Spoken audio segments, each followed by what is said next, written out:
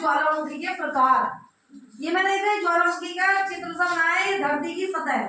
क्या है ये? धरती की सतह। यहाँ पर ये धरती के ऊपर एक पहाड़ रूपी कोई जगह सी बन गई है और ये यहाँ पर जब धरती के अंदर हलचल होती है तो यहाँ का पदार्थ यहाँ से होते हुए ये ऐसे होते हुए ये बाहर आ जाता है, तो इसे क्या कहते हैं? लावा। क्या कहते हैं? लावा। अब ज्वालामुखी कितने प्रकार के होते हैं? 3 प्रकार के। कितने प्रकार के होते हैं? 3।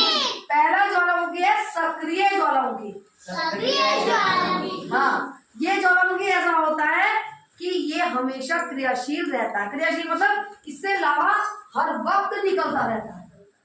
समझ में आ गया? इससे लावा हर वक्त निकलता है, इसलिए इसे क्रियाशील, जो जैसे लगातार साइकिल चली तो उसे क्रिया कहेंगे, तो क्रियाशील ज्वालामुखी है ये। जैसे इटली का एटना, क्या है? इटली का एटना ज्वालामुखी का नाम है एटना।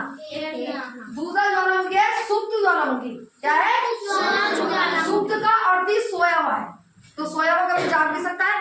जागता है ना? तो सोता ही रहता है, जागता भी है ना वो। तो ये ज्वालामुखी कम क्रियाशील, यानी कि कभी जाग जाता है, कभी सो जाता है, कभी इससे लावा निकलने लगता है और कभी लावा नहीं निकलता, इससे कम निकलता है, तो इसलिए इसे कहते हैं सुप्त ज्वालामुखी। सुप्त ज्वालामुखी जैसे जापान का फ्यूजियामा। क्या है? जापान का फ्यूजियामा। तीसरा है शांत ज्वालामुखी।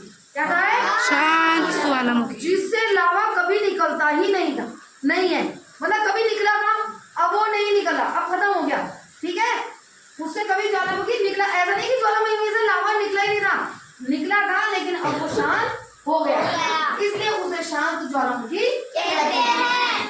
ये जो लावा निकलना है ये निकलना बंद हो गया, इसलिए इसे शांत ज्वालामुखी कहते हैं। जैसे म्यांमार का पोपा। क्या है? म्यांमार का पोपा।